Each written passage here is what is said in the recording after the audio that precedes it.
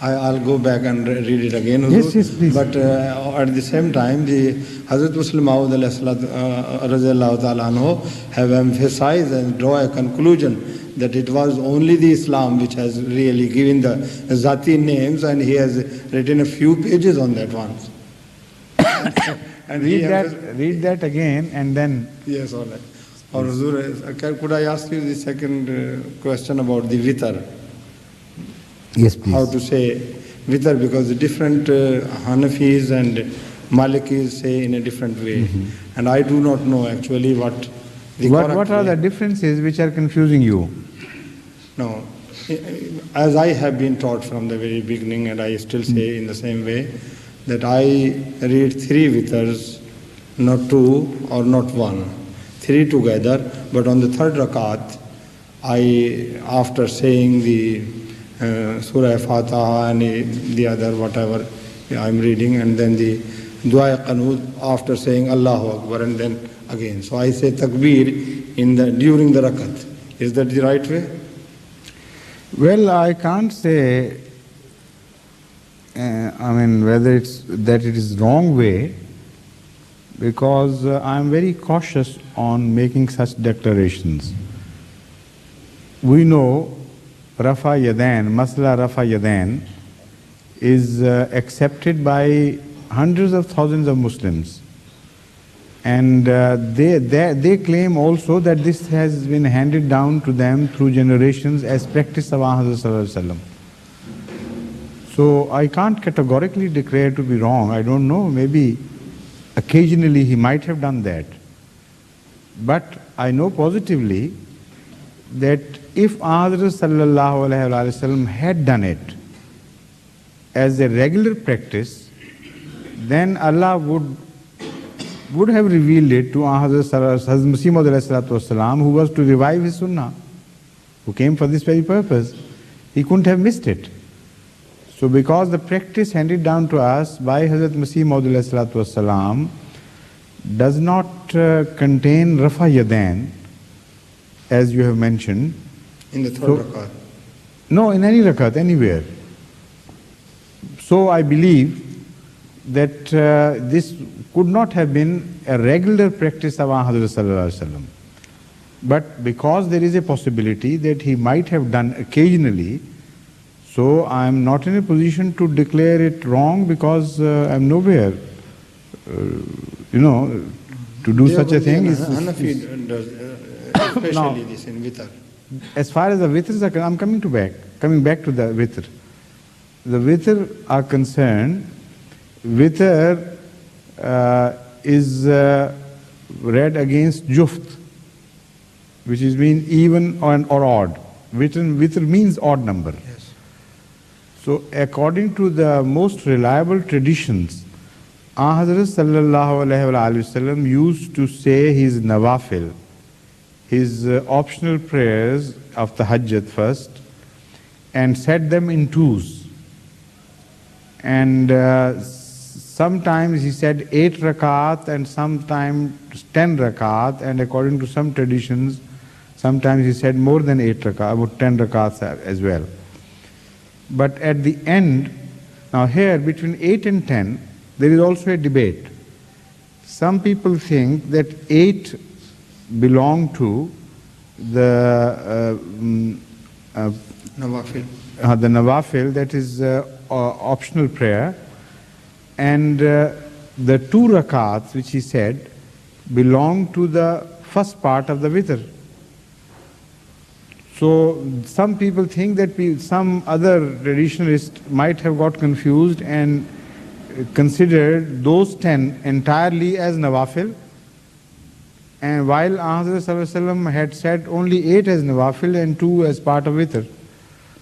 But whatever the position be, one thing is certain, that Hazrat Sallallahu Alaihi Wasallam said Assalamu Alaikum after 2 rakats, and then said a single rakat separately. So all those who say their tahajjud and say their witr after that, they adhere to this practice.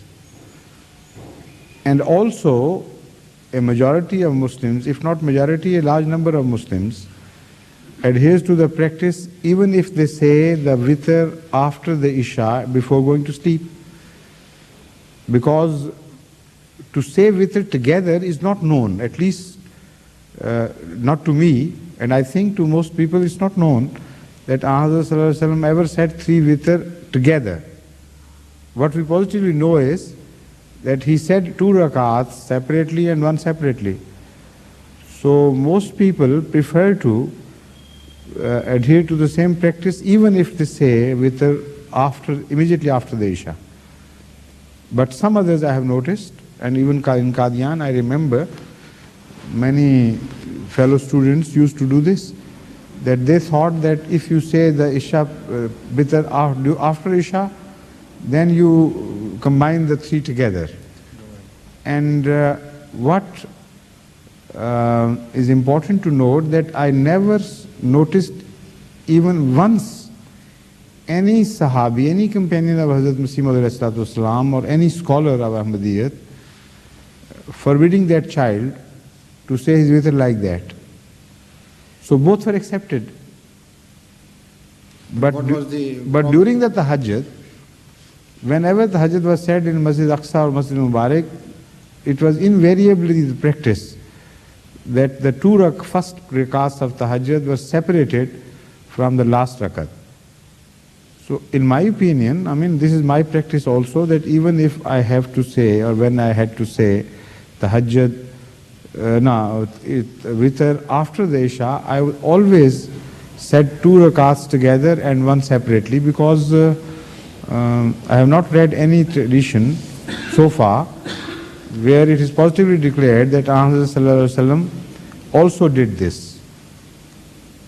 Thank you very much. Although there is a possibility, And that was so I didn't rule it out, so I won't declare it wrong. And that was the practice of the promised Messiah. Yes. Thank you very much, sir. That's right. Huzur, would I be correct in saying that according to the Quran, physical evolution has ended and mankind has been perfected physically? The Holy Quran has ended physically. What do you mean physically? Perfected the human body. Is it perfected now? You mean it has any influence on human body if recited in the presence of some human? Has evolution come to an end? Evolution. Yeah. Yes, but you said Holy Quran. I thought according to the Holy Quran. I understand now. That's right. I missed that first word. So I thought you were talking about the Holy Quran and its progress. No, now I follow it. Please sit down. You can come here and sit down.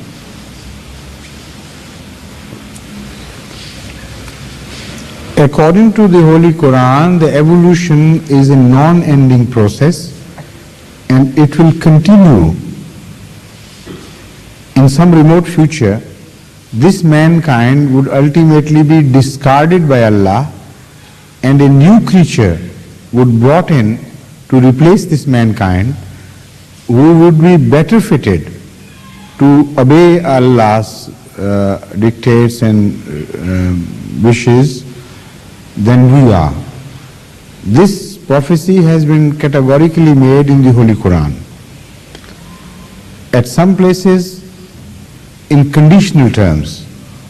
If you continue to misbehave, we have power. We can destroy you entirely, remove you as such, and bring in your stead a people of whom you have no idea, who would be completely different. A new, not generation, but a new species would be introduced. And in one place, it positively, categorically declares that this will happen. Allah will replace you with people who would then not be disobedient to me. So the concept of evolution, according to the Holy Quran, is a continuous, unending process. Because the God of evolution has no limits. So it had to be like that. Only it so happens that if you are on the summit of something, you look back and find yourself as the last. So you think that you are really